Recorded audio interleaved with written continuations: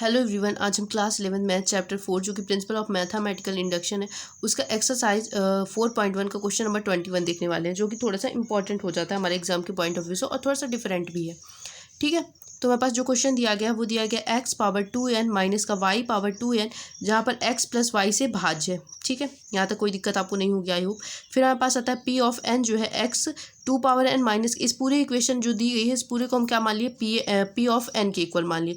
अब आपको करना ये है, यहाँ पे क्या दिया गया है हमारे पास, किससे भाज्य है ये x इससे x प्लस वाई से भाज्य है। ठीक है, तो x प्लस वाई से भाज्य यानी कि कुछ भी कोई भी संख्या होती है तो हम उसे क्या मान लेते हैं, भाज्य मान लेते हैं। x प्लस वाई से भाज्य तो जैसे कि डिविजिबल होती है, ठीक है, उससे क्या होगा, उसका भाग चला जाएगा। जैसे हमने मान लिया 5 से कोई संख्या भाज्य है तो 5 इंटू अगर 1 करेंगे तो क्या आएगा 5 जो कि 5 से भाज्य है। 5 इंटू 2 करेंगे तो क्या आएगा हमारे पास 10 जो कि 5 से भाज्य है। अतः हम इसे इस प्रकार से लिखते हैं 5 ऑफ m। 5 ऑफ m जब हम लिखते हैं तो मतलब 5 के डिविजिबल में कोई भी संख्या, 5 के मल्टीप्लिकेशन में कोई भी संख्या, गुणन में कोई भी संख्या आएगी वो 5 से भाज्य होगी। ठीक है, ये हम लिख सकते हैं। और जहाँ पर m क्या होगा, बिलोंग करेगा हमारे पास एनी नेचुरल नंबर, प्राकृत संख्या जो कि हमारे पास 1 से शुरू होती है। ठीक है, इसी प्रकार हमारे पास x प्लस वाई दिया गया है ना, x प्लस वाई से भाज्य, तो मतलब उसके मल्टीप्लिकेशन में x प्लस वाई आना चाहिए, तभी वो संख्या हमारे पास क्या होगी, भाज्य होगी x प्लस वाई से। इतना आपको बहुत ही अच्छे से अंडरस्टैंड होना चाहिए।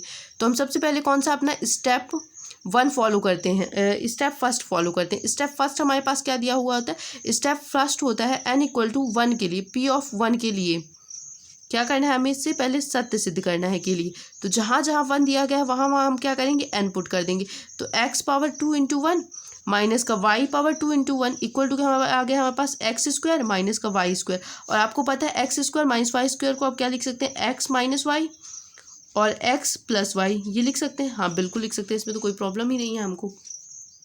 तो यहाँ पर देखिए एक्स प्लस वाई इसके क्या आ रहा है, मल्टीप्लिकेशन में आ रहा है, तो हम इसे लिख सकते हैं कि ये क्या है, एक्स प्लस वाई से भाज्य है। और एक्स प्लस वाई से अगर भाज्य है तो हम इसे क्या लिखेंगे, p ऑफ n के लिए कथन क्या है हमारे पास, सत्य है। अब जब n के लिए सत्य है तो हम आगे भी सत्य सिद्ध कर सकते हैं। तो हम अब लेंगे स्टेप नंबर सेकंड से, तो हमारे पास आएगा स्टेप सेकंड। तो यहाँ पे हमें क्या करना है, p ऑफ k के लिए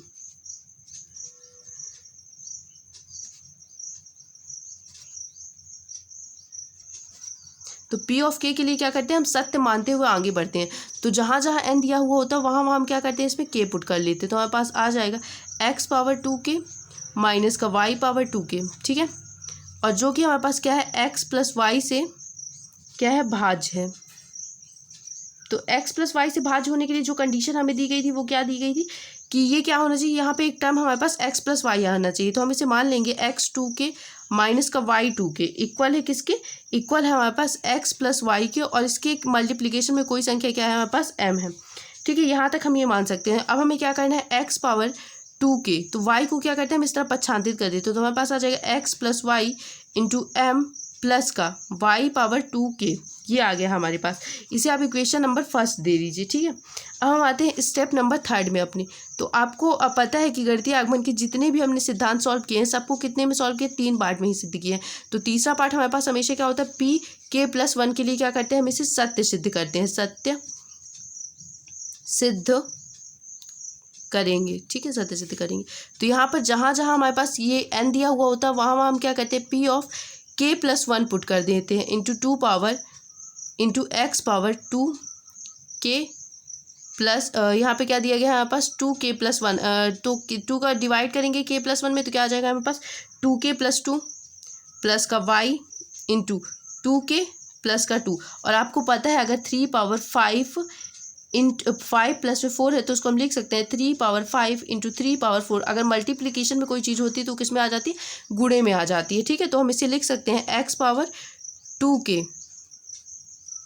into x square plus y power 2k into y square, इसको भी आप लिख दीजिए। अब आपको क्या करना है, अब करना ये है कि हमें एक्स स्क्वायर की वैल्यू समीकरण नंबर 1 से लिख दें। तो हम यहाँ पे लिखेंगे यूजिंग फर्स्ट, समीकरण नंबर 1 का उपयोग करके, तो हमारे पास क्या आ जाएगा 2k। तो यहाँ पे 2k की वैल्यू आपके पास क्या दी गई है, x plus y into m, ये दी गई है। इसको आप कोष्टक के अंदर लिख लीजिए। कोष्टक के अंदर लिखने के बाद क्या है हमारे पास, एक्स स्क्वायर है। ठीक है, प्लस का क्या दिया गया है आपके पास, y power 2k into y square दिया गया। अब यहाँ पर हमारे पास क्या, ये पूरी वैल्यू हमें यहाँ पे पुट करनी पड़ेगी एक्स स्क्वायर की, ये वाली पूरी वैल्यू जो हमारे पास है। तो ये हमारे पास है x plus y into m plus y power 2k। अब इस पूरे में क्या करना है, हमें एक्स स्क्वायर का अंदर मल्टीप्लाई करना पड़ेगा y power 2k into y square, ठीक है।